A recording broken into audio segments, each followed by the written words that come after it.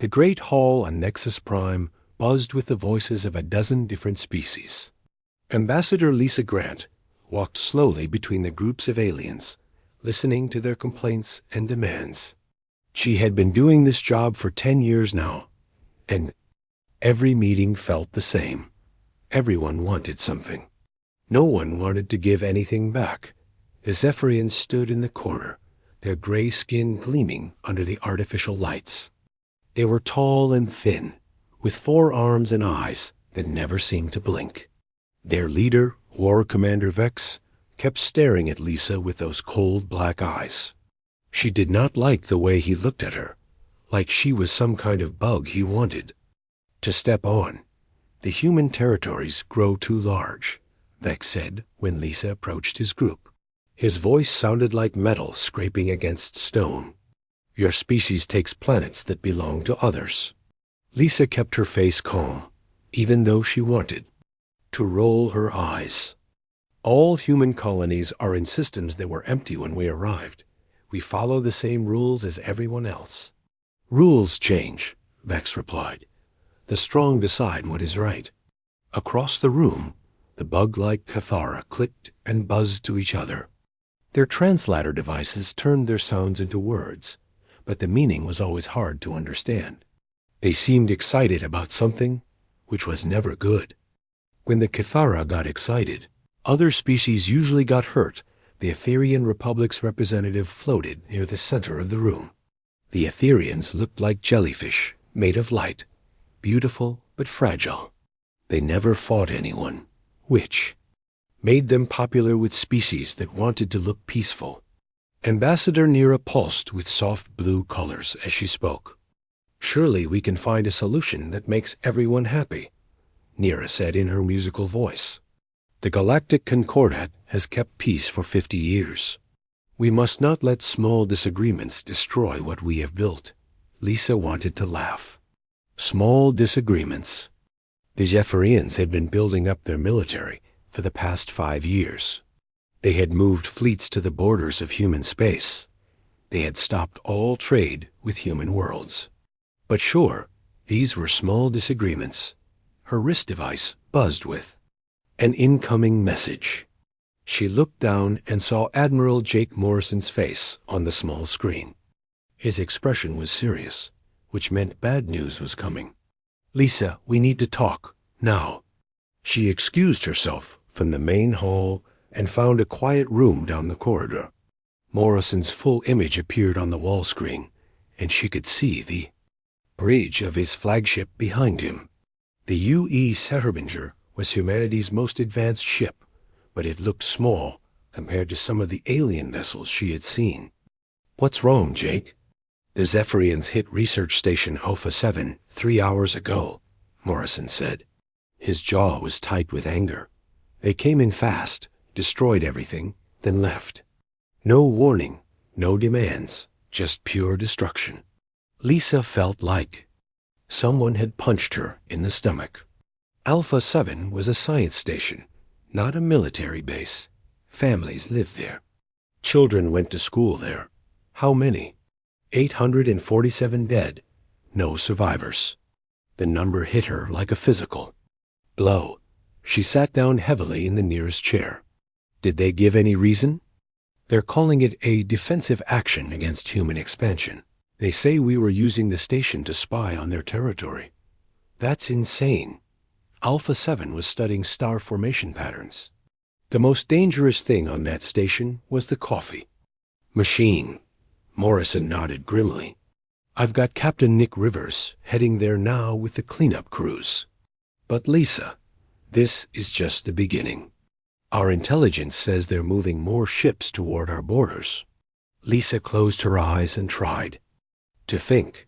This was the worst attack on humans since they joined the galactic community. The Zephyrians had just murdered nearly 1,000 innocent people, and they were acting like it was their right to do so. I'll call an emergency session of the council, she said. They have to respond to this. Good luck with that, Morrison replied, but his tone said he did not think luck would be enough. The emergency session took 6 hours to organize. When the council finally met, Lisa presented the evidence of the attack. She showed them the recordings from the station's last moments.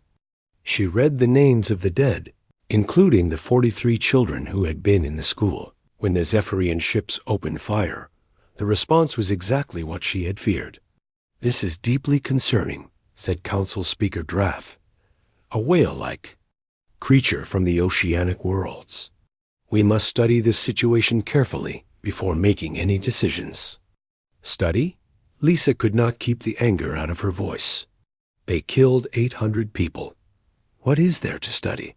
"The Zephyrians claim they were defending themselves," said Representative Kill from the Traders Union. "We must hear both sides." "Before we judge? Both sides?" Lisa stood up so fast her chair fell over. "One side builds hospitals and schools. The other side blows them up. What more do you need to know?" But the council had already made up their minds. They voted to investigate the incident and encourage both parties to seek peaceful solutions. In other words, they would do nothing while hoping the problem went away. As Lisa left the council chamber, she found War Commander Vex waiting for her in the hallway. He was smiling, which made his face look even more frightening than usual. "Your council friends disappoint you," he said. "Good. Now you understand how the galaxy really works." "What do you want, Vex?" "Simple. Humans leave all worlds beyond your home system. Go back to Earth and stay there. Do this, and no more of your research stations will suffer accidents." Lisa stared at him. "You're threatening us. I am offering you a choice. Leave peacefully or be removed by force. You have 30 days to decide." He walked away, leaving Lisa alone in the empty hallway. She stood there for a long moment, thinking about the children who had died on Alpha 7, thinking about the Council's refusal to act, thinking about Vex's smug smile. Then she called Admiral Morrison. "Jake, we need to talk. And not over an open channel." "I'm already on my way to pick you up," he replied. "I think it's time our alien friends learned something about human nature." Lisa ended the call and looked back toward the council chamber. For 50 years, humans had played by the galactic rules. They had been patient, diplomatic, and peaceful. They had trusted in law and justice and the wisdom of other species. That trust had just gotten nearly 1,000 innocent people killed. As she walked toward the landing bay, where Morrison's ship waited, Lisa made a decision that would change the galaxy forever. Humanity was done being patient. The aliens wanted to see what humans were really capable of when pushed too far. They were about to find out. 3 weeks had passed since the attack on Research Station Alpha 7. Admiral Jake Morrison stood on the bridge of the UES Harbinger, watching the tactical display that showed Zephyrian ships gathering at the edge of human space. There were more of them every day, like wolves circling a camp. "Sir, we're getting reports from intelligence," said Commander Ben Hayes as he approached Morrison's chair. Hayes was a lean man with sharp eyes, who had spent years working in the shadows between species. "Elena Torres says the Zephyrians have been planning this for a long time." Morrison turned to look at the intelligence reports Hayes handed him. Elena Torres was one of their best operatives, someone who could blend in anywhere and hear things that others missed. If she said the Zephyrians were planning something big, Morrison believed her. "How long have they been planning?" Morrison asked. "At least 5 years, maybe longer. Torres found evidence that they've been buying council votes, threatening smaller species, and building secret alliances. The attack on Alpha 7 wasn't random. It was the opening move in a much bigger game." Morrison felt his anger growing colder and harder. Bad enough that the Zephyrians had killed innocent people. Worse that they had been planning it for years while pretending to be peaceful neighbors. General Paul Carter appeared on the communication screen from Earth. His weathered face looked tired, but his eyes were sharp as ever. Carter had been fighting wars since before Morrison was born, and he understood things that younger officers sometimes missed. "Jake, I'm looking at the same reports you are," Carter said. "This isn't going to end with one attack. They're testing U.S. seeing how we respond." "The Council won't act," Morrison replied. "Ambassador Grant tried everything she could, but they're more interested in keeping the peace than protecting the innocent. Then we protect ourselves," Carter said simply. "I'm authorizing Protocol 7. Morrison felt a chill run down his spine. Protocol 7 was something they had hoped never to use. It meant recalling all human civilians from mixed-species worlds and preparing for total war. It meant admitting that diplomacy had failed and that humanity was on its own. "Are you sure about this, General?" "Jake, in about 10 minutes you're going to get a report from Captain Rivers about what he found at Alpha 7. After you see that, you'll understand why I'm sure." The communication ended, leaving Morrison staring at the blank screen. He did not have to wait long. Captain Nick Rivers appeared on the screen, his face pale and drawn.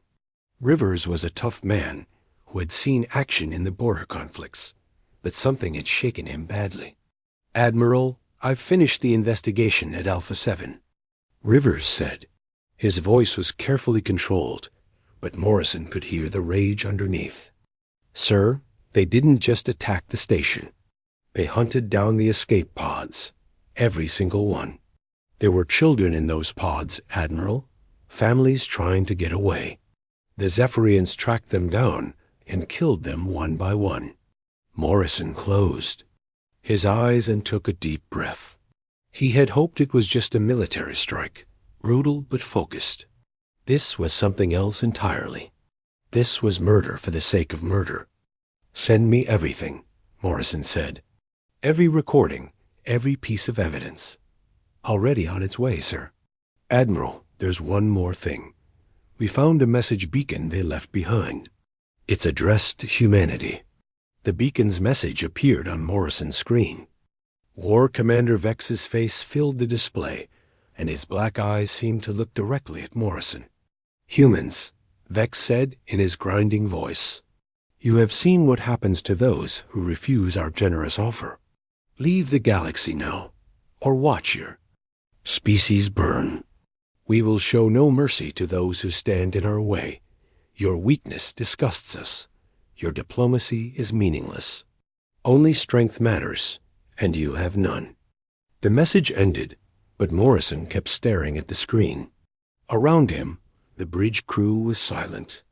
Everyone had heard Vex's words, and everyone understood what they meant. Admiral Kate Sullivan approached Morrison's chair.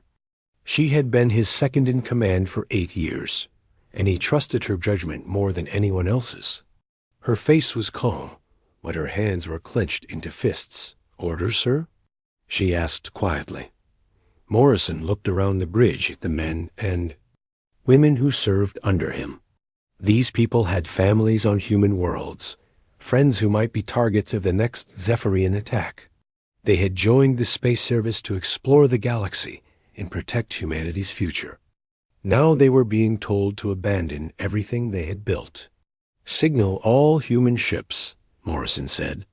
"Begin immediate evacuation of civilians from all mixed-species worlds. Priority goes to families with children." "And our military assets?" Sullivan asked. Morrison smiled, but there was no warmth in it. "We're going to give the galaxy a demonstration of human weakness, just like they expect." 2 hours later, Morrison received the message he had been waiting for. The U.S. New Dawn, a colony ship carrying 12,000 settlers to a new world, had been attacked by Zephyrian forces. Like Alpha 7, there were no survivors. Unlike Alpha 7, this time there were recordings. Morrison watched the footage with his senior staff. The New Dawn had been defenseless, carrying nothing but families and the supplies needed to start a new life. When the Zephyrian ships appeared, Captain Sarah Lee had immediately surrendered and offered no resistance. The Zephyrians had opened fire anyway. The recordings showed escape pods, being launched as the ship died around them. Morrison watched children's faces in the windows of those pods, scared, but trusting that the adults would keep them safe. Then he watched Zephyrian fighters hunt down each pod and destroy it with careful precision. 12,000 people. 3,000 of them were children. When the recording ended, the bridge was silent except for the quiet hum of the ship's systems. Morrison looked around at his officers and saw his own rage reflected in their faces. These were good people who had spent their careers trying to keep the peace. Now they understood that peace was an illusion. "Communications," Morrison said quietly. "Get me Ambassador Grant." Lisa Grant appeared on the screen from the diplomatic station where she had been working. Her face was drawn with exhaustion and grief, but her eyes burned with the same cold fire that Morrison felt in his chest. "I saw the reports," she said. Before Morrison could speak, all of them. "What's the Council's response?" Grant laughed, but there was no humor in it. "They're calling for calm. They want both sides to step back and consider the consequences of escalation." Representative Kill actually suggested that maybe humans are too aggressive for galactic society. "Too aggressive," Morrison repeated. "We've never started a war, never attacked a civilian target, never refused a reasonable diplomatic solution. But we're too aggressive." The vote was unanimous, Grant continued. "They're not going to intervene. They think if they ignore this long enough, it will solve itself." Morrison nodded slowly. He had expected this, but hearing it still hurt. Humanity had trusted these aliens, had believed they would stand up for what was right when the moment came. Instead, they were choosing to look the other way while children died. "Lisa, I want you to deliver a message to the Council. Tell them that as of right now, humanity is withdrawing from the Galactic Concordat. We're recalling all our ambassadors and ending all diplomatic relations." Grant's eyes widened. "Jake, if we leave the Concordat, we lose all legal protection.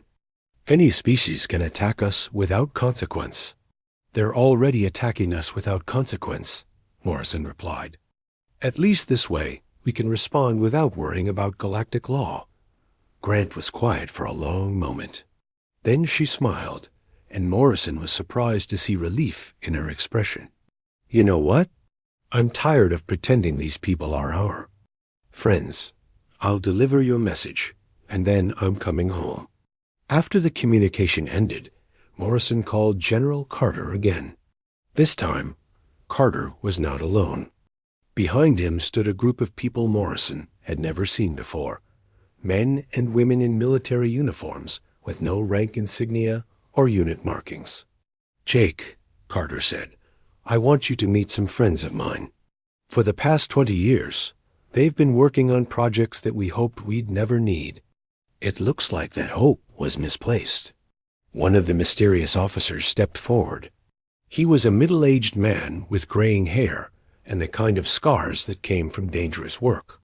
"Admiral Morrison," the man said, "my name is Colonel Ryan Blake. I think it's time you learned what humanity has really been doing while we played nice with our galactic neighbors." Morrison looked at Blake's confident face and felt something he had not experienced in weeks. Hope. "Show me," Morrison said. Blake smiled. "Sir, you're going to like this. The aliens think they know what humans are capable of. They're about to learn how wrong they've been." Colonel Ryan Blake led Morrison through the hidden levels beneath the military complex on Earth. Morrison had thought he knew every part of the facility, but these corridors were new to him. The walls were lined with metal that seemed to absorb light, and the air hummed with the sound of powerful machinery. "How long has this been going on?" Morrison asked as they walked deeper underground. "Since the day we signed the Galactic Concordat," Blake replied. General Carter saw what the other species were capable of, and he decided humanity needed insurance, just in case our new friends turned out to be not so friendly. They stopped at a massive door that required Blake's handprint, eye scan, and voice recognition to open. Beyond the door was a hangar filled with ships unlike anything Morrison had ever seen. They were sleek and dark, shaped like predatory birds with weapons that gleamed in the artificial light. "Meet the Wraith-class destroyers," Blake said with obvious pride. "Faster than anything the aliens have, armed with weapons they've never imagined, and completely invisible to their sensors when cloaked." Morrison walked slowly around one of the ships, running his hand along its smooth hull. "How many do we have?" 250, with more being built every day. "But Admiral, these ships are just the beginning." Blake led Morrison to another section of the facility where a thin man with nervous energy was working at a bank of computers. The screens showed what looked like star charts, but the symbols and numbers meant nothing to Morrison. "Admiral, meet Dr. Frank Cooper," Blake said. "Frank has been working on something we call the Cerberus Network." Dr. Cooper looked up from his computers and grinned. "It's an artificial intelligence system that links every human ship, weapon, and sensor into one giant brain. When our fleet fights, it's not individual ships making decisions. It's one mind, controlling hundreds of bodies." Morrison felt a chill run down his spine. That sounds dangerous. What if the AI decides it doesn't need humans anymore? "Can't happen," Cooper said confidently. "The system only works when there are human minds connected to it. No humans, no network. It's designed to make us stronger, not replace us." Blake led Morrison to a final area where a young woman in a pilot's uniform was running through flight simulations. The screens around her showed combat scenarios that made Morrison's head spin with their complexity and speed. "Captain Sam Mitchell," Blake said. "She's been testing our new fighters and helping us develop tactics the aliens have never seen before." Captain Mitchell finished her simulation and turned to face Morrison. Her eyes were bright with excitement, like a child showing off a new toy. "Admiral, you should see what these ships can do. We can jump in and out of hyperspace faster than the aliens can track. We can coordinate attacks across multiple star systems at the same time. And our weapons ... she grinned. "Let's just say, they pack a lot more punch than anything we've shown the galaxy." Morrison was beginning to understand the scope of what had been hidden from him. "How many people know about this?" "Need to know basis only," Blake replied. "But Admiral, there's something else you should see." They returned to the main hangar, where a group of technicians was working on what looked like a modified cargo ship. But as Morrison got closer, he could see that the modifications were extensive.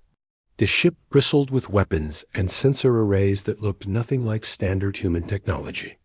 "The UE's Reaper," Blake said. "Commander Ben Hayes has been training with her for 6 months.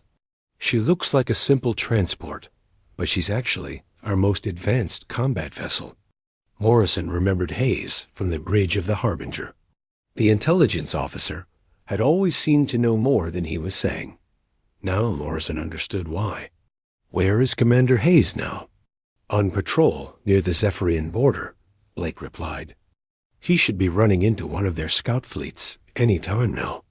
As if summoned by Blake's words, an alarm began sounding throughout the facility.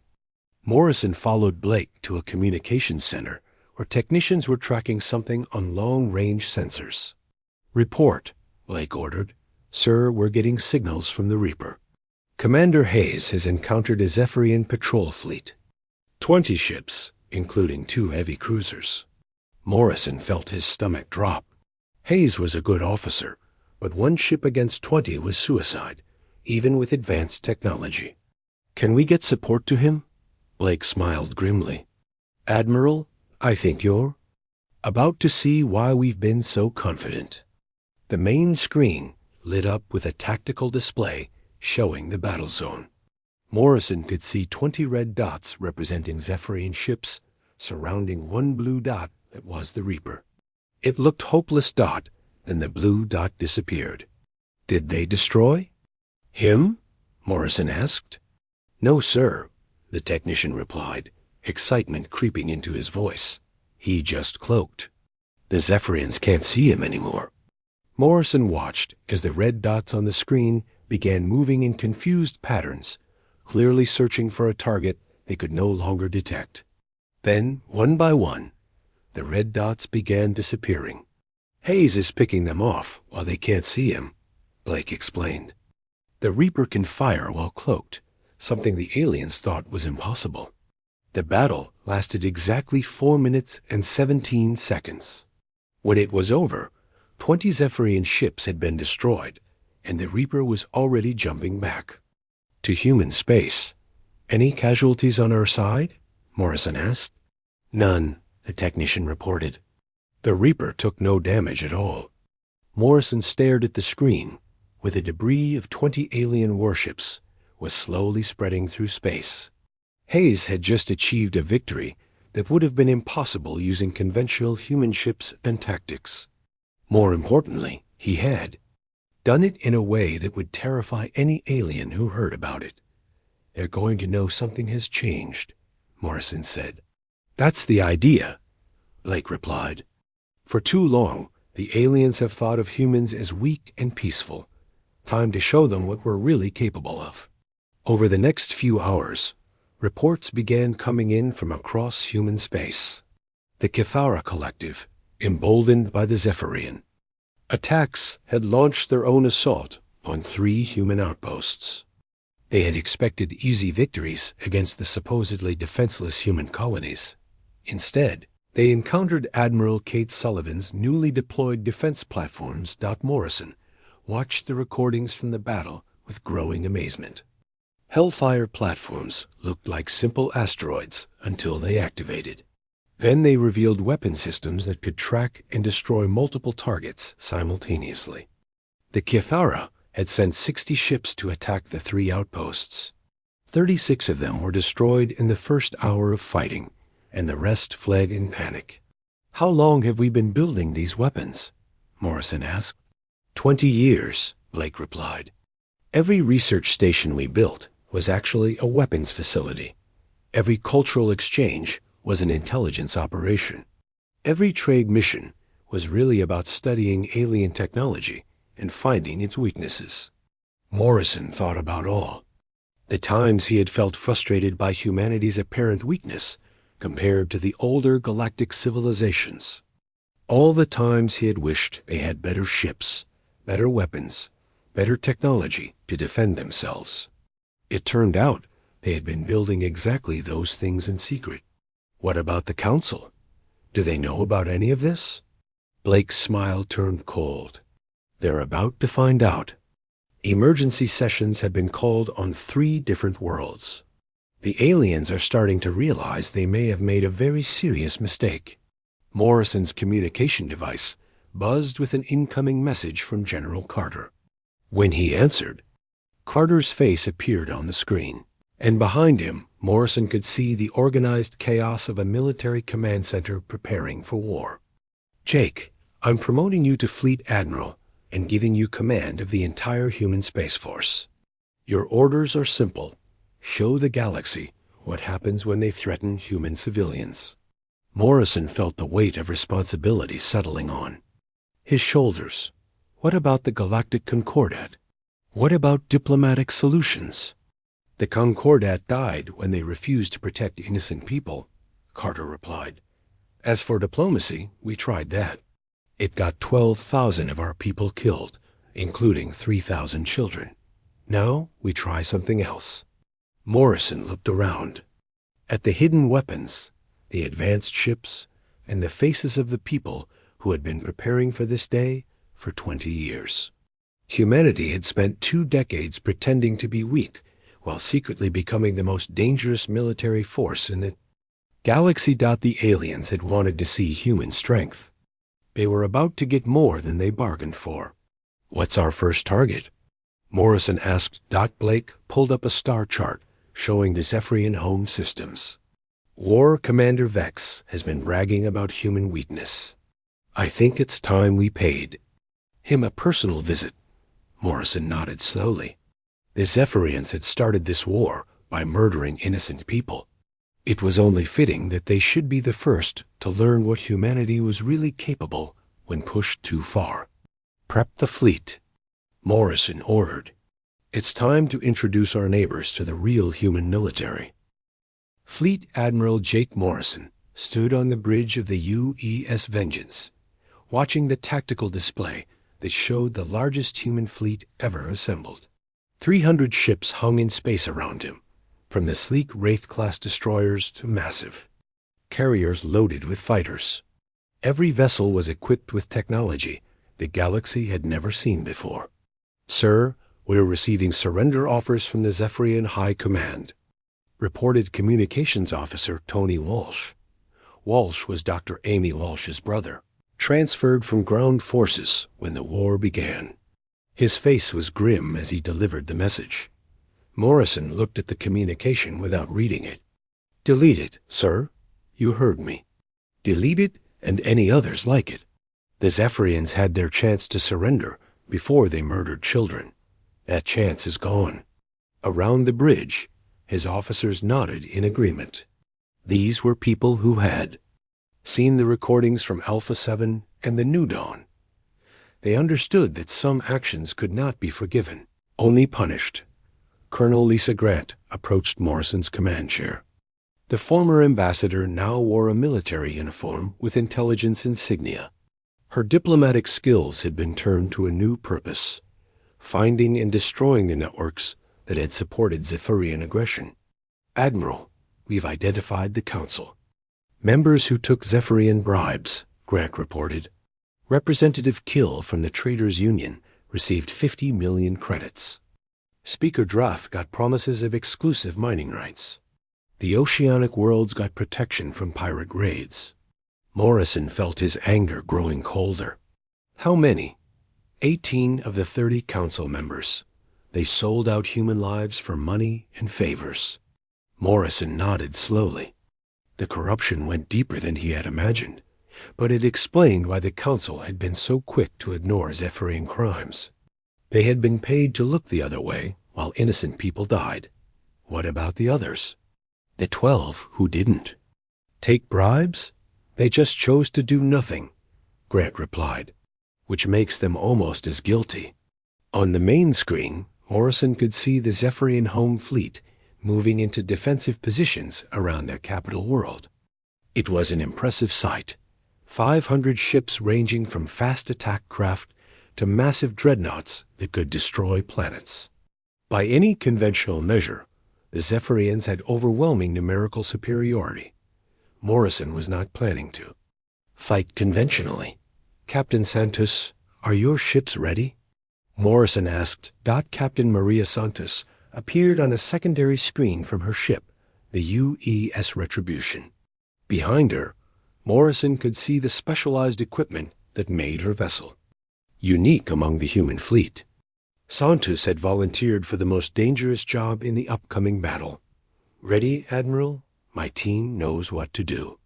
Morrison activated the fleet communication system that connected him to every ship in the Armada.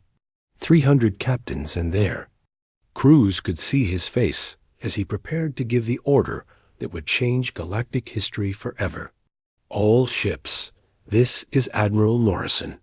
Today, we face an enemy that has chosen to target innocent civilians. They have murdered our children and threatened our families. They have shown us that they understand only violence and respect only strength. Very well. Today, we give them all the violence and strength they can handle." He paused, looking at the faces of his officers. These were good people who had been pushed too far by an enemy that mistook mercy for weakness. "Remember, we are not here to conquer territory or gain resources.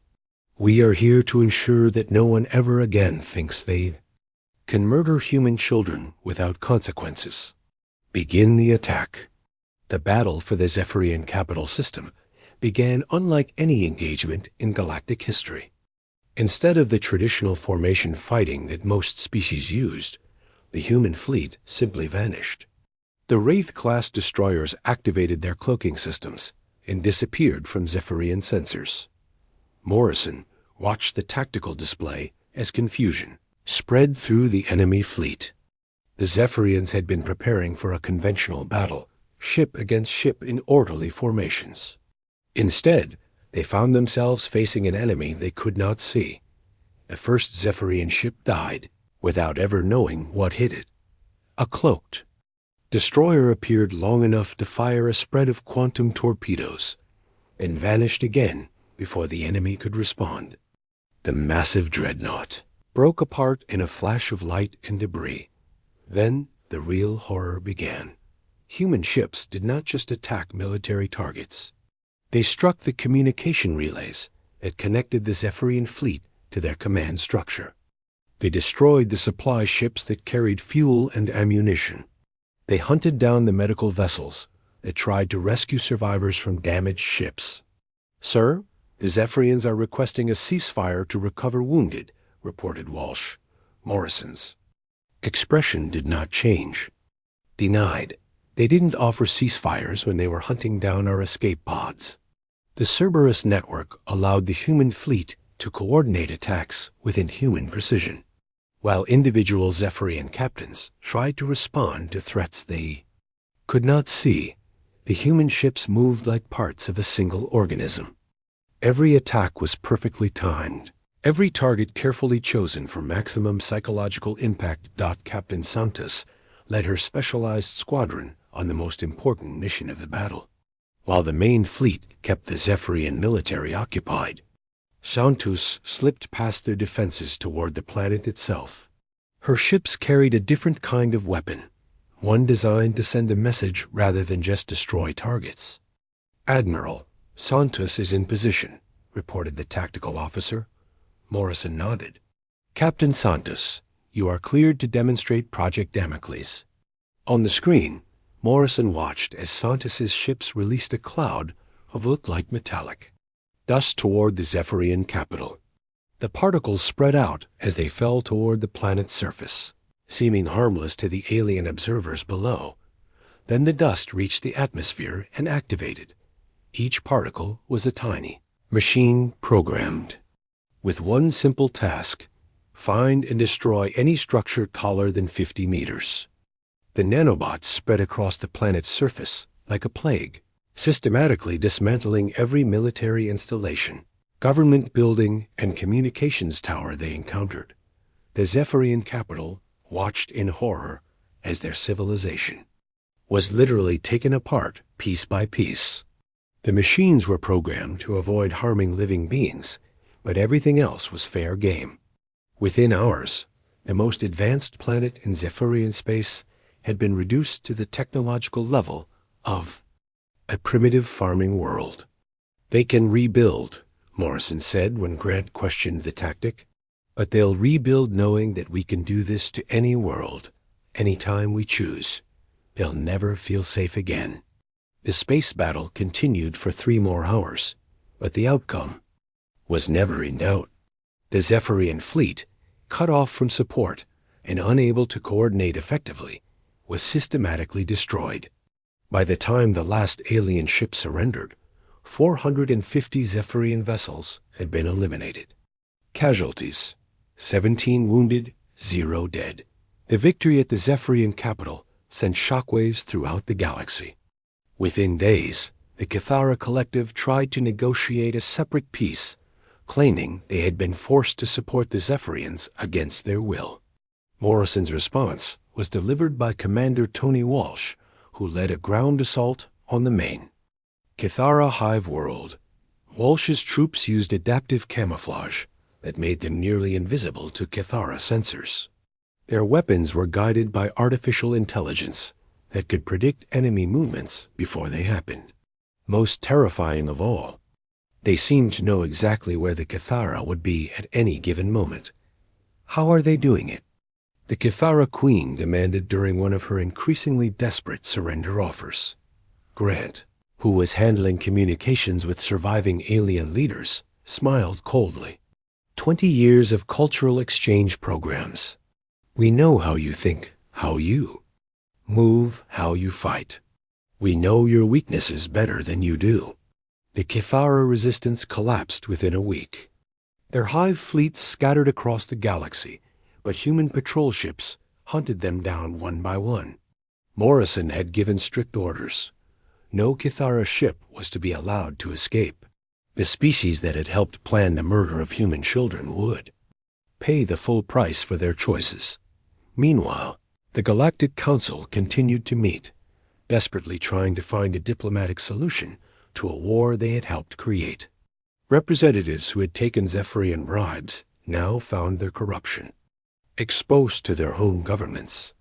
Several were arrested, others fled into exile. The remaining council members sent increasingly frantic messages to Morrison, begging him to stop the human advance and return to the negotiating table. Morrison's response was always the same. Where? Were you when our children needed protection? By the end of the month, the Zephyrian Empire had ceased to exist as a military force.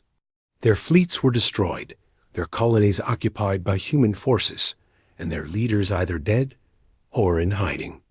The Kithara Collective had been reduced to scattered refugee ships that survived only as long as human commanders allowed them to dock. Morrison stood on the bridge of the Vengeance, looking at reports from across the galaxy. Dozens of species were requesting protection from human aggression. Others were offering tribute in exchange for mercy. A few were even volunteering to become human protectorates, hoping that cooperation would spare them from conquest. "What are your orders, Admiral?" asked Grant. Morrison thought about the children who had died on Alpha 7 and the New Dawn. He thought about the aliens who had stood by and watched while. 6 months after the collapse of the Galactic Concordat, President John Parker stood before the assembled representatives of what remained of galactic civilization. The Great Hall on Nexus Prime looked the same as it had during the last diplomatic conference, but everything else had changed. Where once the various species had met as equals, now they sat in silence while human guards watched from every corner. Admiral Morrison, now Supreme Commander of Human Forces, stood beside Parker's podium. His uniform bore new insignia that marked him as the highest military authority in the galaxy. Behind him stood General Ben Hayes, whose occupation forces controlled dozens of alien worlds, and Director Amy Walsh, whose intelligence service knew every secret the surviving governments still tried to hide. Representatives of the former Galactic Council, Parker began, his voice carrying easily through the silent hall. You are here because humanity has decided to give you one final chance to understand your situation. The alien delegates shifted uncomfortably in their seats. Many were species that had never been directly involved in the war, but who had stood by while human civilians were murdered. Others represented governments that had actively supported Zephyrian aggression through bribes, political pressure, or simple cowardice. For 50 years, you maintained peace through a system that protected the strong and abandoned the weak, Parker continued. When innocent humans were slaughtered, you chose to look the other way. When children were hunted down and murdered, you called for calm and patience. You taught us that mercy is weakness and that only violence ensures safety. In the front row sat Representative Kill from the Traders Union, one of the few alien officials who had survived the purges of the past 6 months. His blue skin had taken on a sickly gray color, and his hands shook as he tried to take notes. Next to him, the Etherian representative Nira flickered weakly, her light form barely maintaining cohesion. We learned your lesson well, Parker said. Perhaps too well. Supreme Commander Morrison stepped forward and activated a holographic display. That showed the current state of the galaxy. Red zones marked areas under direct human control, which now included most of the former Zephyrian Empire and all major trade routes. Yellow zones indicated species that had accepted human protection in exchange for complete disarmament. Green zones showed the handful of worlds that remained nominally independent, though they all hosted human monitoring stations. The Zephyrian Empire no longer exists, Morrison reported in a calm, professional tone. Their military has been completely destroyed. their government dissolved, and their population relocated to supervised agricultural colonies. War Commander Vex was executed last week for crimes against humanity. Several alien delegates flinched at the word executed. The galactic community had not practiced capital punishment for centuries, preferring rehabilitation and exile. Humanity had reminded them that some crimes deserve death. The Kithara Collective has been reduced to 12 refugee ships carrying approximately 50,000 survivors, Morrison continued. They are permitted to exist as long as they remain in designated areas and submit to regular inspections. Any attempt to rebuild their military infrastructure will result in their complete elimination. Director Walsh stepped forward, her expression cold and professional. For 20 years, she had worked as a xenobiologist, studying alien cultures and promoting understanding between species. Now she used that same knowledge to control and monitor their former allies. Our intelligence networks have identified every government official, military leader, and business executive who participated in or profited from anti-human activities, Walsh reported. Those individuals have been either arrested or eliminated. Their assets have been seized as reparations for human losses. Representative Kill finally found the courage to speak, his voice barely above a whisper. President Parker, surely we can find a peaceful solution to our differences. The Traders Union is prepared to offer substantial compensation for past mistakes. Parker looked at Kill with the expression of a teacher explaining a simple concept to a slow student. Representative Kill, you personally received 50 million credits to support Zephyrian policies that led to the deaths of 15,000 human civilians. What compensation could possibly balance that scale? Kill's face went from gray to white. I was not aware that my decisions would lead to violence. I thought I was promoting economic stability. You thought you were making money, Morrison said flatly. The fact that human children died as a result was irrelevant to your decision-making process. General Hayes moved to the center of the hall, his scarred face showing no emotion as he addressed the assembled aliens. His ground forces had spent the past 6 months hunting down war criminals and dismantling military installations across dozens of worlds. He had seen firsthand what remained of the species that had opposed humanity. The new galactic order operates on simple principles, Hayes announced. Human security comes first, always and without exception. Any species that threatens human civilians will be eliminated completely. Any government that fails to prevent such threats will be replaced with one that understands its responsibilities. The Etherian representative Nira pulsed with weak light as she spoke. General Hayes, surely you cannot mean to control the entire galaxy through force. Such a system cannot last forever. Hayes smiled, and the expression made several aliens lean back in their seats. Representative Nira, your people stood by and watched while children were murdered. You called for peaceful solutions while families burned. You had your chance to create a just system based on law and mutual respect. You chose corruption and cowardice instead. President Parker returned to the podium, his presence commanding the attention of every being in the hall. A Pax Humana is not a temporary arrangement. It is the new reality that you must learn to accept. Human fleets will patrol every trade route. Human bases will monitor every world capable of supporting military forces. Human intelligence will watch every government for signs of future aggression. The holographic display changed to show the massive shipyards that humanity had built in the past 6 months. Hundreds of new vessels were under construction, each one more advanced than anything the galaxy had seen before.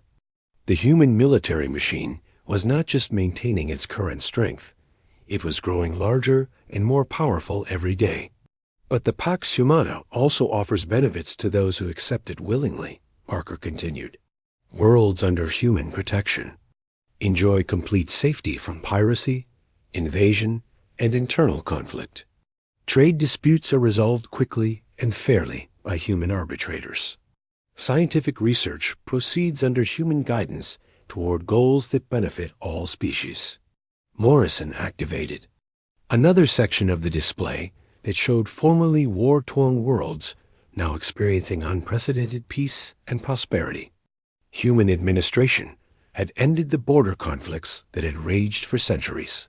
Human technology had solved resource shortages that had caused generations of suffering. The choice is simple, Morrison said. Accept human leadership and enjoy the benefits of true galactic peace, or cling to the old ways of corruption and violence and face the consequences. Representative Kill raised a trembling hand. What if we choose neither? What if some species simply want to be left alone? Director Walsh answered with a smile that held no warmth. There is no alone anymore, Representative Kill. Every species in this galaxy will either be part of the Pax Humana, or it will be removed as a threat to galactic stability. Those are the only two options. The hall fell silent as the alien delegates absorbed the full meaning of Walsh's words. The age of independent galactic civilizations was over. Every species would either submit to human authority or cease to exist. You have 30 days to return to your home governments and explain the new reality, Parker announced. Those who choose to join the Pax Humana voluntarily will be treated as valued partners. Those who resist will be treated as enemies to be destroyed. As the delegates filed out of the hall in shocked silence, President Parker remained at the podium with his senior commanders. They watched the aliens leave, many of them already planning how to convince their governments to surrender what remained of their independence. Do you think they'll comply? General Hayes asked. Parker looked at the empty hall where just months before, alien representatives had voted to ignore the murder of human children. They'll comply, or they'll be replaced by others who will. The galaxy has learned that humanity is not the weak, peaceful species they thought we were.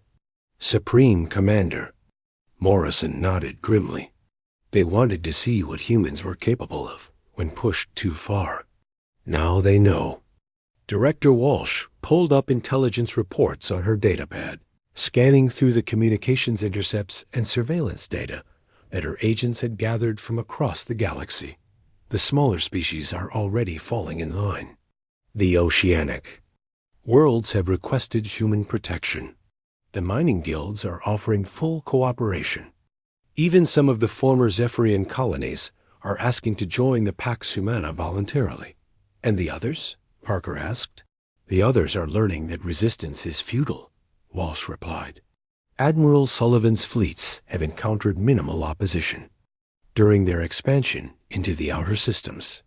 Most species surrender as soon as human ships appear in their territory.